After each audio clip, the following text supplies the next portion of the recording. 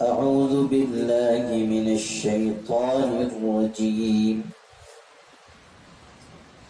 بسم الله الرحمن الرحيم. طاسين تلك آيات القرآن وكتاب مبين هدى وبشرى للمؤمنين الذين يقيمون الصلاة ويؤتون الزكاة وهم بالآخرة هم يوقنون إن الذين لا يؤمنون بالآخرة زينا لهم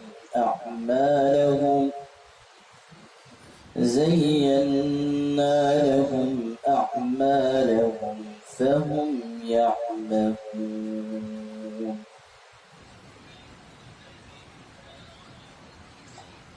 پناہ پکڑتا ہوں میں اللہ کی شیطان مردود سے. اللہ کے نام سے شروع کرتا ہوں جو بہت مہربان بار بار رحم کرنے والا ہے. طاسین،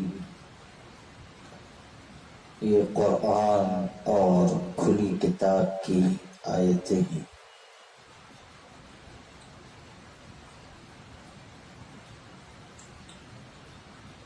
یہ سورہ نمل ہے.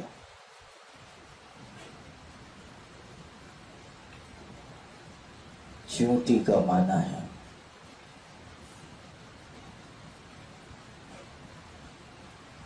نملتن کہتے ہیں چیونٹی کو، اور نمل جو ہے وہ جمع کے معنی میں استعمال ہوتا ہے. مطلب ہوگا چیونٹیاں جمع.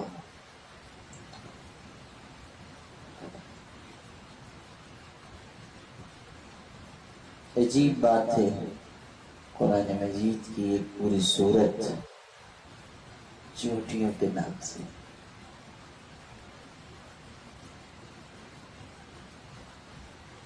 ایک سورت گزری جو شہد کی مکھی کے نام سے تھی، سورۃ النحل.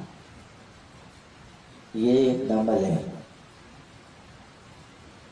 شہد کی مکھی کا واقعہ بیان ہوا تھا، اس لیے تسمیۃ الکل بالجزء کے لحاظ سے نام رکھ دیا گیا. اس سورت میں چیونٹیوں کا واقعہ ہے، اس لیے اس کا نام اسی سے منسوب کر دیا گیا. لیکن بات صرف اتنی نہیں ہے کہ کوئی ایک واقعہ آیا تھا اور اس کی مناسبت سے نام رکھ دیا گیا. در حقیقت معمولی سمجھی جانے والی شہد کی مکھی اور معمولی اور حقیر خیال کی جانے والی چیونٹیاں اگر غور کیا جائے تو ان کی زندگی میں مسلمانوں کے لیے بہت بڑا سبق ہے، اور خاص طریقے پر دھیان دیجیے گا جو اب میں بات کر رہا ہوں. خاص طریقے پر اجتماعی زندگی گزارنے کا سلیقہ ان دونوں کے ذریعے سکھایا گیا ہے، شہد کی مکھیوں میں بھی اور چیونٹیوں میں بھی. غور کیجئے کہ چیونٹیاں کس طرح اتحاد و اتفاق سے رہتی ہیں، اور جو واقعہ اس صورت میں آیا ہے، جو آگے آئے گا اور وہاں اس کی تفصیل بیان ہوگی انشاءاللہ.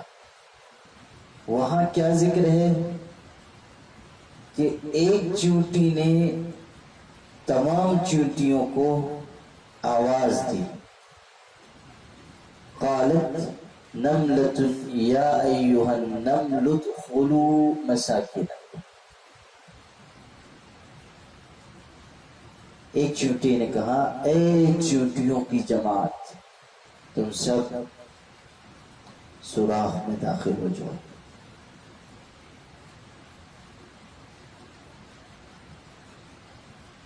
اللہ نے میرے ذہن پر یہ بات کھولی کہ اگر غور کیا جائے تو ایک مکھی جو بہت معمولی ہے، شہد کی مکھی، اس کے ذریعے سبق سکھایا گیا، سبق دیا گیا کہ عام لوگوں کو کس طرح جینا چاہیے۔ باریک بات ہے، اس کو ذرا توجہ سے سمجھیے۔ یعنی جو لوگ عوام ہیں ان کو کیسے اتحاد و اتفاق سے جینا ہے، کیسے اپنے قائد کی ہدایت پر عمل کرنا ہے۔ شہد کی مکھی ایک ملکہ ہوتی ہے اور وہ سب کو اپنی زیر نگرانی رکھتی ہے، اور ساری مکھیاں اس کے حکم پر عمل کرتی اور ایک منظم مرتب اجتماعی زندگی گزارتی ہیں، اور بڑی مشکلات سے گزر کر بہترین شہد تیار کرتی ہیں جس میں انسانوں کے لیے شفا ہے۔ گویا کہ کسی امیر کی نگرانی میں رہنا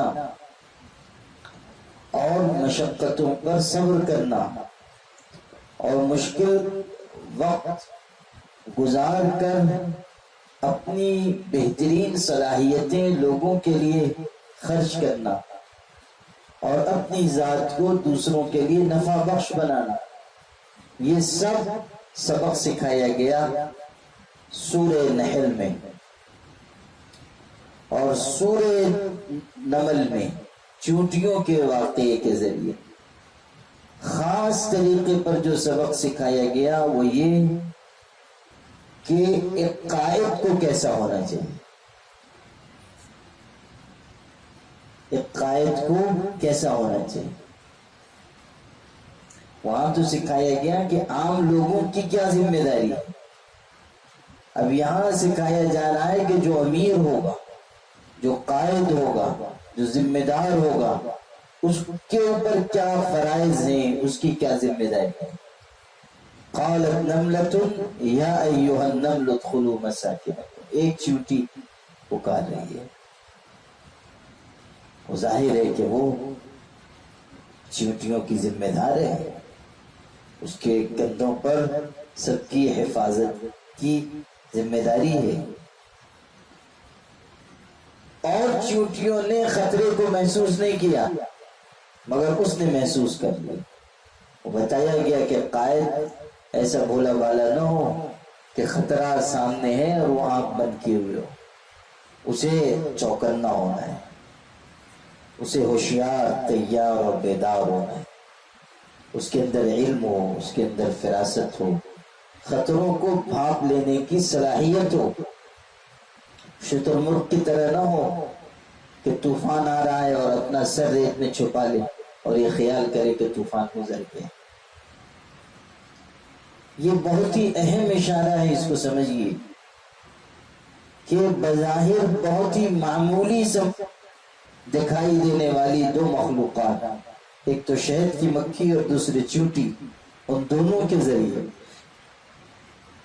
اللہ تعالیٰ نے اجتماعی زندگی کے اصول سکھائے ہیں، عام لوگوں کو بھی اور خاص لوگوں کو، امیروں کو بھی اور مامورین کو بھی، جو امیر ہیں، قائد ہیں، ان کو بھی، اور جو ان کا حکم ماننے والے لوگ ہیں ان کو بھی۔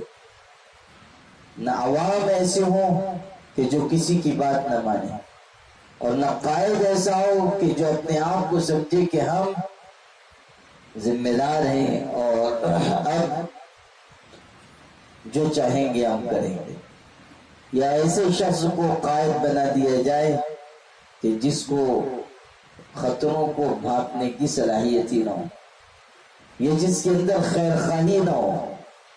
چیونٹی نے جو اعلان کیا وہ خیر خواہی پر مبنی ہے کہ جلدی سے اپنی بلوں میں داخل ہو جاؤ، ورنہ سلیمان کا لشکر تم کو کچل دے گا اور ان کو پتہ بھی نہ چلے گا۔ یہ خیر خواہی ہے۔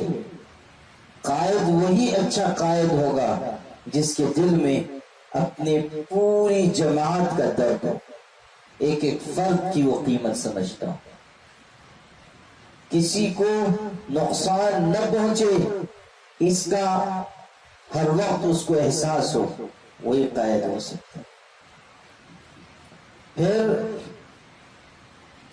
قائد وہ ہو کہ جو صرف خطرہ نہ بتائے، خطرے کا حل بھی بتائے کہ کیسے بچا جا سکتا ہے۔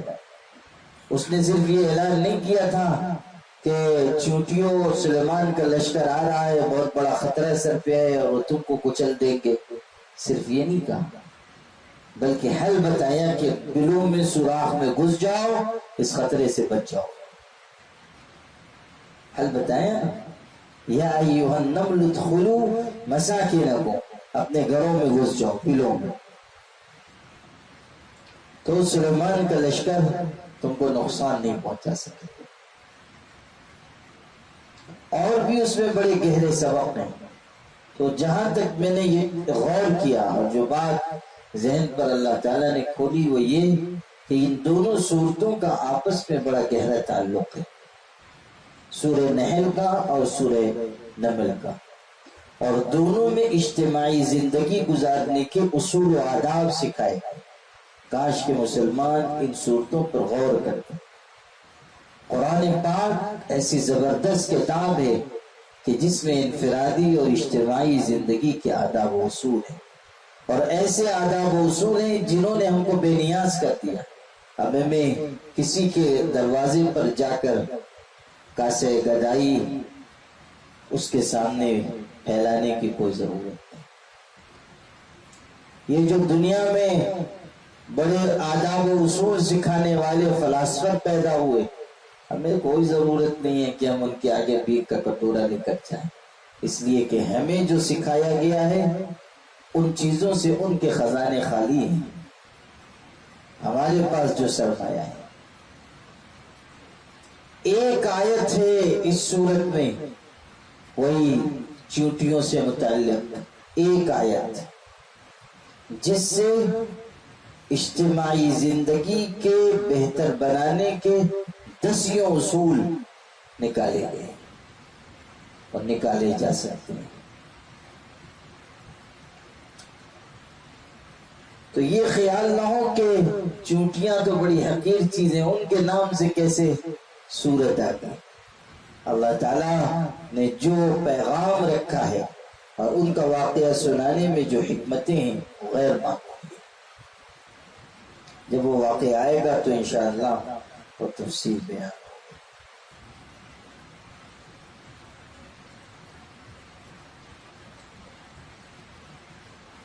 یہ جو سورہ نمل ہے اس میں یہ مکی سورت ہے، اس میں 7 رکوعات ہیں اور 93 آیتیں ہیں۔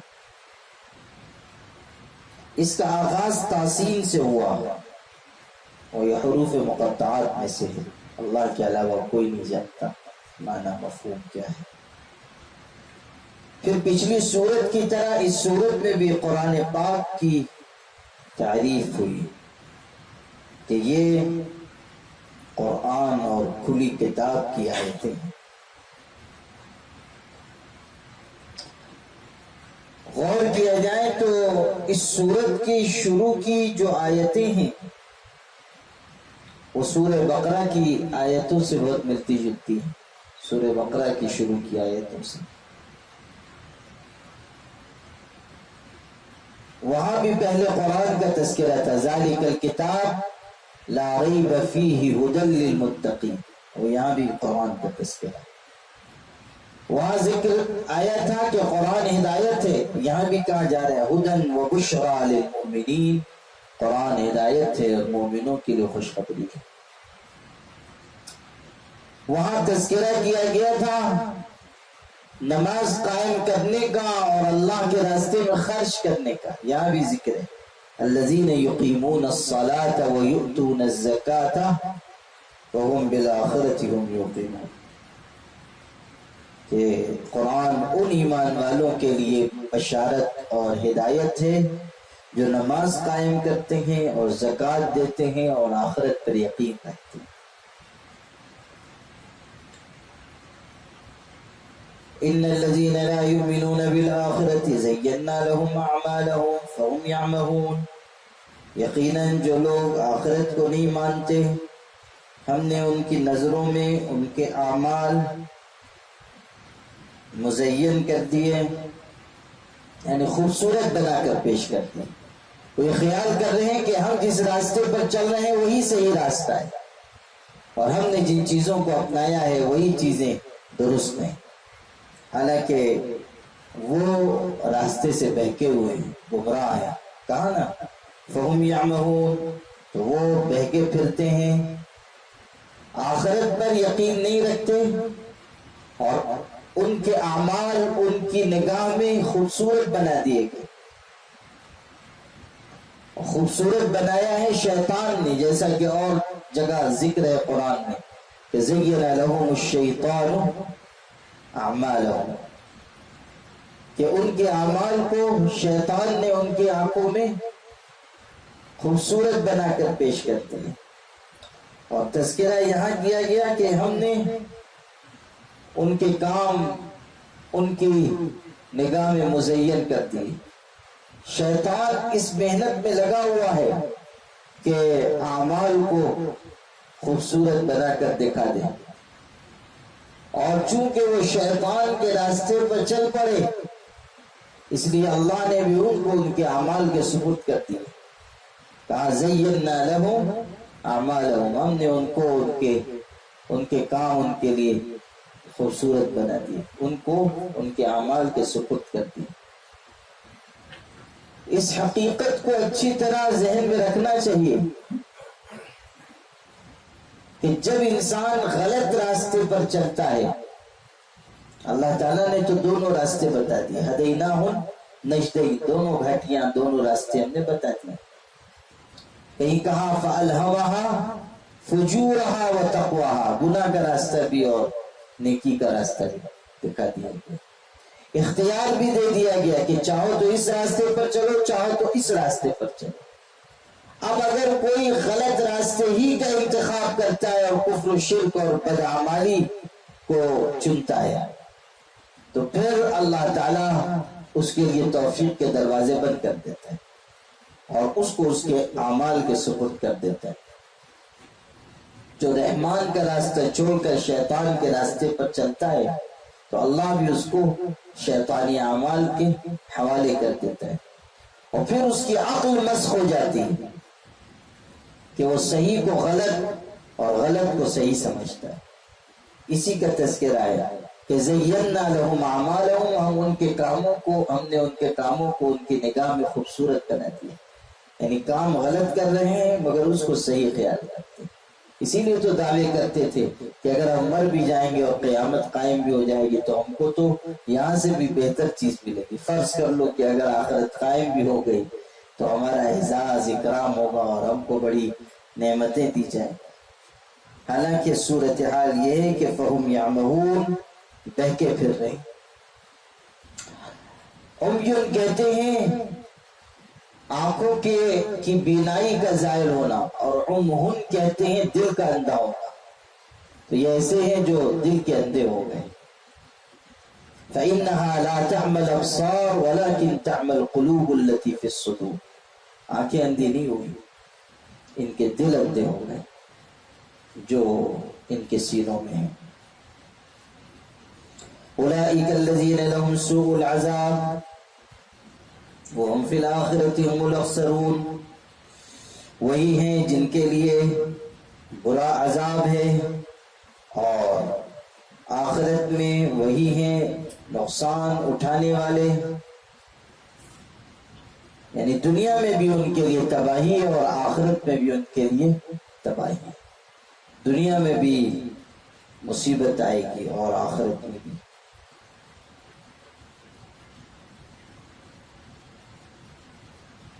وَإِنَّكَ لَتُلَقَّى الْقُرْآنَ مِن لَّدُنْ حَكِيمٍ عَلِيمٍ، اور یقیناً آپ کو قرآن پہنچتا ہے ایک حکمت والے علم والے کے پاس سے، یعنی اللہ تعالیٰ کی طرف سے قرآن آپ کے پاس آتا ہے جو حکمت والا بھی ہے اور علم والا بھی ہے، دو صفات بھی ہے۔ اللہ تعالیٰ سے زیادہ علم والا کون ہوگا اور اللہ تعالیٰ سے زیادہ حکمت والا کون ہوگا؟ قرآن اللہ کے غیر کی طرف سے نہیں ہے اور اس میں کسی کی شرکت نہیں، اور کوئی چاہے بھی تو اس میں گھس نہیں سکتا۔ لا یأتیہ الباطل من بین یدیہ ولا من خلفہ، باطل اس میں دائیں بائیں سے آ نہیں سکتا۔ قرآن ایسی کتاب ہے، اللہ نے قرآن پاک اتارا، اسی کی طرف سے یہ نازل کیا جا رہا ہے، اور وہ حکمت والا ہے، علم والا ہے۔ اذ قال موسیٰ لأہلہ انی آنست نارا، موسیٰ علیہ السلام کا واقعہ بیان ہو رہا ہے۔ جبکہ موسیٰ نے اپنے گھر والوں سے کہا میں نے ایک آگ دیکھی ہے، مدین سے واپس جا رہے تھے، بیوی ساتھ تھی اور زچگی کا وقت قریب تھا، سخت سردیوں کا زمانہ تھا، آگ کی ضرورت تھی، اور دور سے ان کو نظر آیا کہ آگ جل رہی ہے، تو اپنی اہلیہ سے کہا کہ میں جاتا ہوں، یا تو آگ مل جائے گی یا کچھ لوگ مل جائیں گے، راستہ بھٹک گئے تھے، تو آگ جب جل رہی ہے تو وہاں کچھ لوگ تو ہوں گے، تو ان سے راستہ معلوم ہو جائے گا، یا تو پھر آگ وہاں سے لے کر آ جاؤں گا۔ تو میں نے دیکھی ہے ایک آگ، سآتیکم منہا بخبر، میں اب تمہارے پاس وہاں سے کچھ خبر لاتا ہوں، یا کوئی انگارہ سلگا کر لاتا ہوں، شاید تم سینک سکو، یعنی گرمی کی ضرورت ہے، آگ کی ضرورت ہے، تو میں کوئی آگ کا انگارہ لے آؤں گا، یا تو کچھ خیر خبر مل جائے گی کہ راستہ کس طرف ہے۔ کل بات ہو رہی تھی توکل کی، آیت آئی تھی وَتَوَكَّلْ عَلَى الْعَزِيزِ الرَّحِيمِ، پچھلی سورت کی آخری آیتوں میں حضور صلی اللہ علیہ وسلم سے کہا گیا زبردست علم والے پر بھروسہ کیجیے، اور میں نے یہ عرض کیا تھا کہ توکل کا مطلب اسباب کو چھوڑ دینا نہیں ہے، توکل کا مطلب اسباب کو اختیار کر کے نتیجے کو اللہ پر چھوڑنا ہے۔ اور جو لوگ توکل کا یہ مفہوم بیان کرتے ہیں کہ اسباب سے کچھ نہیں ہوتا اس لیے اسباب مت اختیار کرو، وہ قرآن کو سمجھنے والے لوگ نہیں، ان کا علم اتھلا علم ہے، سطحی علم ہے، انہوں نے غور نہیں کیا کہ قرآن کون سا توکل سکھا رہا ہے اور وہ کون سا توکل بیان کر رہے ہیں۔ بہت سے لوگ ہیں ایسا توکل بیان کرتے ہیں کہ اللہ اکبر۔ ایک دفعہ میں بیمار تھا، جمعہ میں نے تقریر نہیں کی، مسجد میں نماز پڑھنے گیا، وہاں ایک صاحب بیان کر رہے تھے،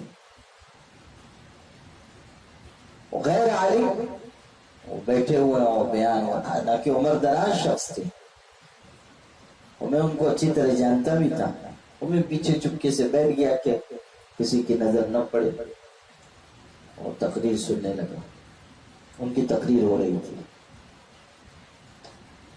وہ جو ہے توکل کا ایسا مفہوم بیان کر رہے تھے کہ الامان والحفیظ، اللہ پر بھروسہ کیجیے، سب اللہ سے ہوتا ہے۔ اس میں انہوں نے یہ بھی فرمایا کہ ہم لوگوں کی غفلت یہ ہے کہ اگر ہمارا کوئی بچہ کہیں سے اونچائی سے گر جائے تو ہم اس کو فوراً اٹھا کر لے کر ہاسپٹل بھاگتے ہیں، یہ نہیں کہ ہم 2 رکعت نماز پڑھ کے اللہ تعالیٰ سے مدد مانگیں۔ یہ کون سا توکل ہے؟ یہ کون سا توکل ہے؟ یعنی وہ بچہ گرا ہو اور اس کا خون بہ رہا ہو اور آپ نیا توکل ایجاد کیجئے کہ مصلی بچھائیے اور نماز پڑھیے. ایسے لوگوں کے لیے تو 2 رکعت نماز ہم لوگوں کو پڑھنی چاہیے کہ اللہ تعالیٰ ان کے دماغ کو صحت عطا فرمائے. جو بیماری دماغ کو لگ گئی ہے دور ہو جائے. عجیب. غور کیجئے یہ آیت کیا سکھا رہی ہے. موسیٰ علیہ السلام صرف پیغمبر نہیں، اولو العزم پیغمبروں میں سے، یعنی کائنات میں جو 5 انبیاء سب سے اونچے مقام کے ہوئے ان میں سے ایک موسیٰ علیہ السلام، اور وہ کلیم اللہ ہیں. اور ان کے سب سے زیادہ واقعات قرآن میں انہی کے بیان ہیں، اور سب سے زیادہ تذکرہ موسیٰ علیہ السلام کا قرآن میں ہے. اور موسیٰ علیہ السلام اللہ تعالیٰ کے پیغمبر ہیں، اور اللہ تعالیٰ نے ان کو جس ڈگر پر ڈالا وہ کیا ہے کہ حضرت موسیٰ علیہ السلام بیوی سے کہہ رہے ہیں کہ ذرا ٹھہرو. تو دور آگ نظر آ رہی ہے، یا تو آگ کا کوئی شعلہ سلگا کر لے آؤں گا یا لوگوں سے کچھ خیر خبر راستے کی معلوم ہو جائے گی. قرآن کی آیت نے بتایا کہ اسباب اختیار کرنا توکل کے خلاف ہے. اور نہ کیوں یہ ذکر کیا جاتا کہ موسیٰ علیہ السلام آگ کی تلاش میں نکل گئے، بیوی سے کہتے ہیں ٹھہر جاؤ. وہ حضرت ہوتے تو حضرت موسیٰ کو بھی تلقین کرتے کہ مصلی بچھائیے اور 2 رکعت نماز پڑھیے، اور اللہ تعالیٰ سے کہیے کہ اللہ تعالیٰ آگ نازل کرتے. دنیا دار الاسباب ہے، یہاں اسباب کو اختیار کرنا ہے. لیکن جس شخص کو یہ دھوکہ لگ گیا کہ اسباب سے کچھ ہوتا ہے وہ گمراہ ہے. اسباب پر بھروسہ نہیں ہوگا، اسباب کی حقیقت دل میں نہیں لائی جائے گی. یہ سمجھا جائے گا کہ اسباب اسی وقت مؤثر ہوں گے جب میرا اللہ چاہے گا، اور اللہ نے سبب اختیار کرنے کے لیے کہا اس لیے میں سبب اختیار کرتا ہوں. اور نتیجہ اللہ کے سپرد ہے کہ وہ جو چاہے گا نتیجہ ظاہر کرے گا، اور جو خدا کا فیصلہ ہوگا میں اس پر راضی ہوں. یہ ہے حضرت موسیٰ علیہ السلام کہ اس واقعے میں سبب، اس واقعے کا سبق کہ سبب اختیار کرنا ایمان کے توکل کے خلاف ہے. حضرت موسیٰ علیہ السلام کے اور واقعات میں بھی غور کر لیجیے. پانی ختم ہو گیا تھا، قوم نے کہا پانی کی ضرورت ہے. اب اگر اللہ تعالیٰ چاہتا تو کہہ دیتا کہ تم دعا مانگو اور میں پانی بھیج رہا ہوں.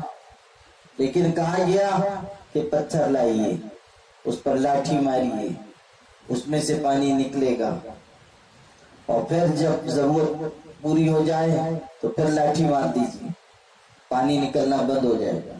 پھر اس پتھر کو اپنے ساتھ گھوڑے گدھے پہ سوار کر کے لے کے چلیے، آگے جہاں پانی کی ضرورت ہو پھر اس کو رکھیے، پھر لاٹھی سے ماریے، پھر پانی نکلے گا. سبب اس لیے کہ دنیا دار الاسباب ہے. تو حضرت موسیٰ علیہ السلام نے کہا کہ میں جاتا ہوں اور وہاں سے کچھ خبر لے آؤں گا، یا تو کوئی انگارہ سلگا کر لاؤں گا، شاید کہ تم سیکھ سکو. یہ جو کہا تستلون، یہ جمع کا صیغہ ہے. بیوی تو ایک ہی تھی، حضرت موسیٰ علیہ السلام کے ساتھ بیوی ایک تھی، لیکن جمع کا صیغہ استعمال کیا. مفسرین نے سے یہ نقطہ نکالا ہے کہ احترام اکرام کے لیے جمع کا صیغہ استعمال کیا جانا چاہیے. چونکہ حضرت شعیب کی وہ صاحبزادی تھی، پیغمبر کی بیٹی تھی، اس لیے جمع کا صیغہ استعمال فرمایا. اور جو معزز لوگ ہوں ان کے لیے جمع کا صیغہ استعمال کرنا چاہیے. آپ کیسے ہیں کہا جاتا ہے، آپ کیسے ہیں نہیں کہا جاتا ہے، کیسے ہیں. جمع کا صیغہ اس لیے استعمال کیا جاتا ہے کہ تعظیم ہو. آپ کیسے ہیں، حالانکہ آدمی ایک ہے. بعض احادیث میں امہات المومنین کے لیے بھی جمع کے صیغے آئے، وہ اسی بنیاد پر ہے، احترام کی بنیاد. یہ بات اس لیے بھی میں نے عرض کی کہ اس نقطے کو سمجھیے کہ قرآن باتوں باتوں میں کیسی حکمتیں سکھاتا ہے، کیسی تعلیم ہوتی ہے. غور کرنے والے جب غور کرتے ہیں تب وہ حکمت ملتی ہے. سرسری گزر جائیں گے بات نہیں بنے گی. جو آدمی سمندر کی سطح کے اوپر تیرتا رہے گا تو اس کو وہ کچرا ملے گا اور دوسرے کچھ چھوٹے موٹے جانور مل جائیں گے. اگر قسمت یاوری کر رہی ہے تو ایک آدھ کیکڑا مل جائے گا، ایک آدھ مچھلی مل جائے گی. لیکن جب تک وہ اندر تہ میں نہیں اترے گا اس وقت تک اس کو موتی نہیں ملے گا. موتی جب ملیں گے جب اندر جائے گا. فلما جاءها نودي أن بورك من في النار ومن حولها. پھر جب اس کے پاس پہنچے آواز آئی کہ برکت ہے اس شخص کے لیے، اس کے لیے جو کوئی کی آگ میں ہے اور جو اس کے آس پاس ہے. جب پہنچے تو معلوم ہوا کہ دنیا کی آگ نہیں، وہ ایک ہرا بھرا درخت تھا اور اس میں سے آگ ظاہر ہو رہی تھی. اور روایتوں میں یہ بات ملتی ہے کہ موسیٰ علیہ السلام یہ دیکھ کر حیران رہ گئے کہ بالکل ہرے بھرے درخت میں آگ ہے اور آگ بھی زیادہ سے زیادہ بھڑکتی جا رہی ہے. اور جتنا آگ بھڑکتی ہے درخت کی سرسبزی و شادابی اتنی بڑھتی جاتی ہے، اس کا ہرا بھرا پن بڑھتا جاتا ہے. پھر انہوں نے سر اٹھا کر آسمان کی طرف دیکھا تو معلوم ہوا کہ آگ آسمان کو چھو رہی ہے، یعنی اس کا سرا آسمان سے جڑا ہوا ہے. وہ تو غیبی آگ تھی جو اللہ تعالیٰ کی طرف سے ظاہر کی گئی تھی، نورانی آگ تھی. حدیث پاک میں ہے کہ حجابہ النور، یا روایت کے الفاظ ہے کہ حجابہ النار، کہ اللہ تعالیٰ کا جو حجاب ہے وہ نور کا ہے یا نار کا ہے، آگ کا حجاب ہے. جو اللہ تعالیٰ کی ہستی پر پڑا ہوا وہ حجاب آگ کا ہے. لو کشف وجهه لأحرقت، لو كشف لأحرقت سبحات وجهه ما انتهى إليه بصره من خلقه. حدیث کے الفاظ ہیں کہ اگر وہ حجاب اللہ تعالیٰ ہٹا دے تو اللہ تعالیٰ کے چہرے کی تجلیات، یعنی اس کی ذات کی تجلیات، تا حد نظر کی چیزوں کو جلا کر خاکستر کر دے. اللہ تعالیٰ پر نور کا یا نار کا حجاب ہے. تو بعض مفسرین نے کہا کہ یہ جو نار آگ تھی شاید وہی حجاب ہو جس کے بارے میں حدیث میں کہا گیا کہ حجابہ النار. اور اگر اللہ اس حجاب کو ہٹا دے تو تحت نظر ساری چیزیں ختم ہو جائیں گی. اور یہ جو کہا گیا کہ جو آگ کے اندر ہے اور جو اس کے آس پاس جو ہستیاں ہیں وہ سب مبارک ہیں، یہ حضرت موسیٰ اور وہ فرشتے جو اس وقت وہاں سب موجود تھے ان کے بارے میں کہا گیا ہے۔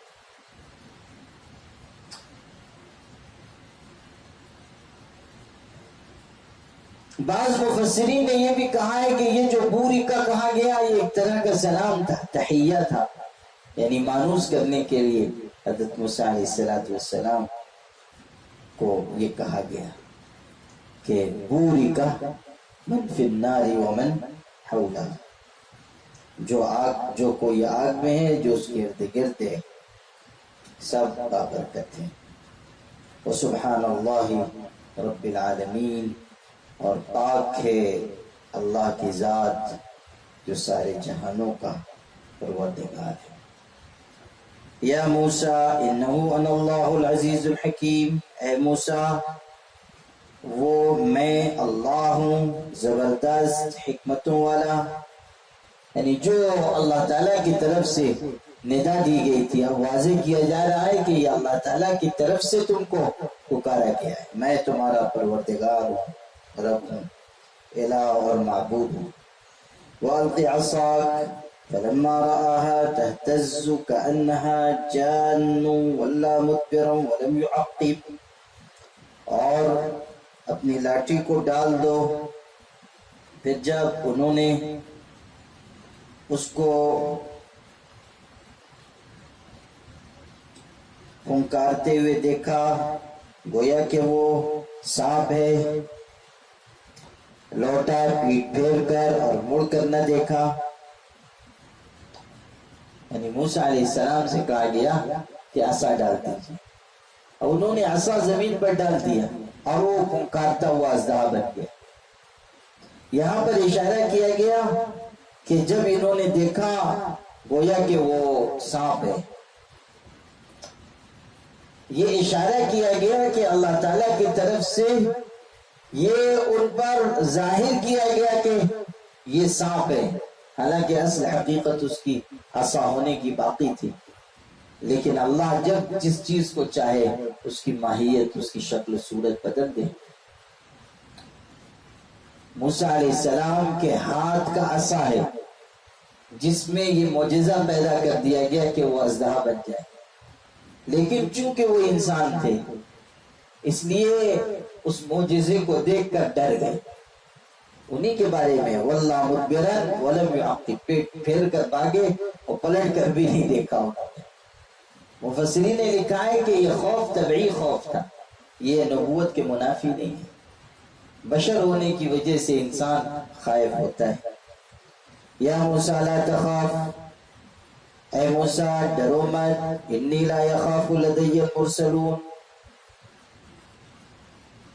میں جو ہوں میرے پاس پیغمبر ڈرا نہیں کرتے، یعنی میں موجود ہوں، ڈرنے کی کوئی ضرورت نہیں، اور پیغمبروں کو اللہ تعالیٰ کے علاوہ کسی سے ڈرنا نہیں چاہیے۔ انی لا یخاف لدی المرسلون الا من ظلم ثم بدل حسنا بعد سوء فانی غفور رحیم، جس نے زیادتی کی پھر بدلے میں نیکی کی برائی کے بعد، تو میں بہت بخشنے والا ہوں، رحم کرنے والا ہوں۔ عجیب بات ہے، بات ہو رہی تھی کہ پیغمبر میرے پاس ڈرا نہیں کرتے، اور آیت دوسری آ گئی وہی کہ جو گناہ کرے اور پھر گناہ کے بعد نیکی کرے تو میں بخشنے والا ہوں، رحم کرنے والا ہوں۔ قرآن کا اعجاز دیکھیے، تذکرہ ہو رہا تھا ڈر کا، تو کہا جا رہا ہے کہ پیغمبر ڈرا نہیں کرتے، اس لیے کہ وہ تو معصوم ہے اور ان کا مقام بہت اونچا ہے، اور مقربین بارگاہ الہی۔ ڈرنا تو اس کو چاہیے جو گناہ کرے، جو نافرمانی کرے، جو ظلم اور زیادتی کرے، ڈر اس کو ہونا چاہیے۔ اور جو ظلم و زیادتی اور گناہ کر بیٹھے اور اس کے بعد اس کو توبہ کی توفیق ہو اور وہ نیکی کرے، تو اللہ تعالیٰ بہت بخشنے والا ہے اور رحم کرنے والا ہے۔ پیچھے آیت گزر چکی سورہ فرقان میں کہ جو لوگ توبہ کرتے ہیں، ایمان و یقین کے راستے پر چلتے ہیں، فَأُولَٰئِكَ يُبَدِّلُ اللَّهُ سَيِّئَاتِهِمْ حَسَنَاتٍ، اللہ تعالیٰ ان کے گناہوں کو نیکیوں میں بدل دیتا ہے۔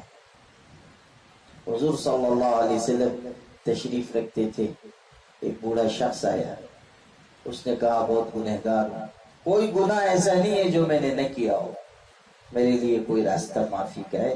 حضرت نے کہا ایمان لاتے ہو؟ اس نے کہا اشہد ان لا الہ الا اللہ واشہد ان محمدا عبدہ ورسولہ۔ حضرت نے فرمایا کہ گناہ معاف ہو گئے، اور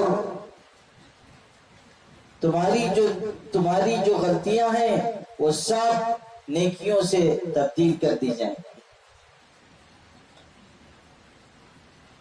اس نے حیرت سے پوچھا اللہ کے رسول، وہ میری ساری غلطیاں سیاہ کاریاں کیا وہ سب مٹ جائیں گی؟ حضرت نے کہا ہاں۔ بس اس نے اللہ اکبر کا نعرہ بلند کیا اور برابر نعرہ بلند کرتا رہا اور اللہ اکبر کہتا وہ واپس لوٹ گیا۔ تو ذکر ہوا کہ جو ظلم و زیادتی کرے اور پھر اس کے بعد بدلے میں نیکی کرے برائی کے بعد، تو میں بہت بخشنے والا رحم کرنے والا۔ اللہ توبہ قبول کرتا ہے۔ حدیث میں ہے کہ جب تک سورج مغرب سے طلوع نہ ہو جائے اللہ تعالیٰ توبہ قبول کرے گا۔ اور اللہ تعالیٰ نے قرآن میں توبہ کی قبولیت کی بات اتاری کہ وَهُوَ الَّذِي يَقْبَلُ التَّوْبَةَ عَنْ عِبَادِهِ، اللہ تعالیٰ اپنے بندے کی توبہ کو قبول فرماتا ہے۔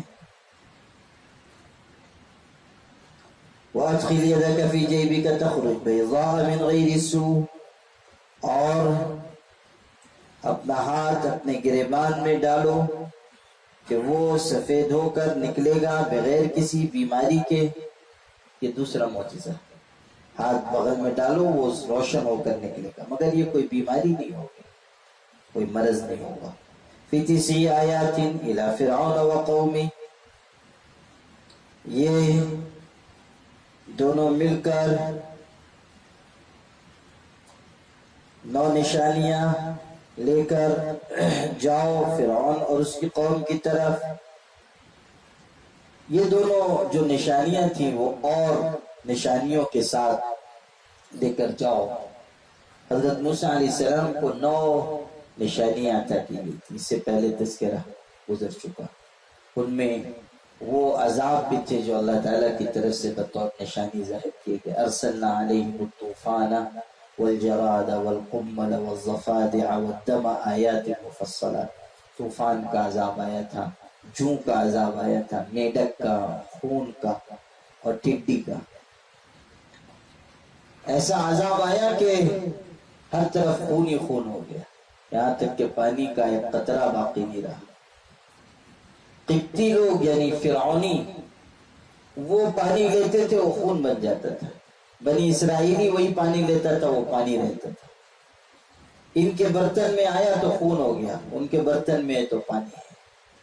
یہاں تک کہ جب وہ بہت پریشان ہو گئے تو انہوں نے یہ کہا کہ اپنے منہ میں پانی لے کر ہمارے منہ میں کلی کر دو۔ تو جب تک پانی بنی اسرائیلی کے منہ میں تھا وہ پانی رہا، اور جب وہ نکل کر قبطی کے منہ میں پڑا تو خون ہو گیا۔ ایسا عذاب ہے۔ اور میڈک بے حساب میڈک آ گیا، جو چیز اٹھاتے تھے اس میں سے میڈک نکلتا تھا۔ بستروں پر میڈک، کھانوں میں میڈک، کھانا بن رہا ہے بکری کے گوشت کا اور سالن بن گیا میڈک کا، اس میں میڈک ہی میڈک نظر آ رہے ہیں۔ اور جب مصیبت آتی تھی تو کہتے تھے کہ دعا کر دیجئے یہ مصیبت ٹل جائے، ایمان لے آئیں گے، اور جب مصیبت ہٹتی تھی تو پھر کفر کرتے تھے۔ انہم کانوا قوما فاسقین، بے شک وہ لوگ گنہگار تھے، وہ گنہگار لوگ تھے۔ فرعون اور اس کی قوم یہ سب نافرمان لوگ تھے۔ فلما جاءتهم آیاتنا مبصرة قالوا هذا سحر مبین، پھر جب ان کے پاس ہماری نشانیاں سمجھانے کے لیے پہنچی، دکھانے کے لیے کہ حقیقت دیکھ لیں، ایسی نشانیاں ہیں۔ قالوا هذا سحر مبین، کہنے لگے کہ یہ تو کھلا ہوا جادو ہے۔ یعنی بجائے اس کے کہ قبول کرتے انہوں نے ان کو جادو سے تعبیر کیا. وَجَحَدُوا بِهَا وَاسْتَيْقَنَتْهَا أَنفُسُهُمْ ظُلْمًا وَعُلُوًّا، اور ان نشانیوں کا انکار کیا حالانکہ اپنے جی میں ان کا یقین کر چکے تھے، بے انصافی اور غرور سے، یعنی انکار کیا غرور کی وجہ سے، تکبر کی وجہ سے اور ظلم کی وجہ سے، حالانکہ دل میں وہ سمجھ رہے تھے کہ یہ نشانیاں جادو نہیں ہیں.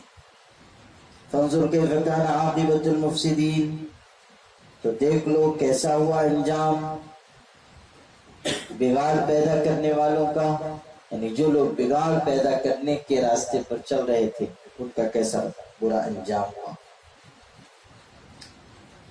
یعنی ان سب کو بحر قلزم میں ڈبو دیا گیا، اور فرعون اور تمام اس کا لشکر اور ماننے والے سب تباہ و برباد ہوئے.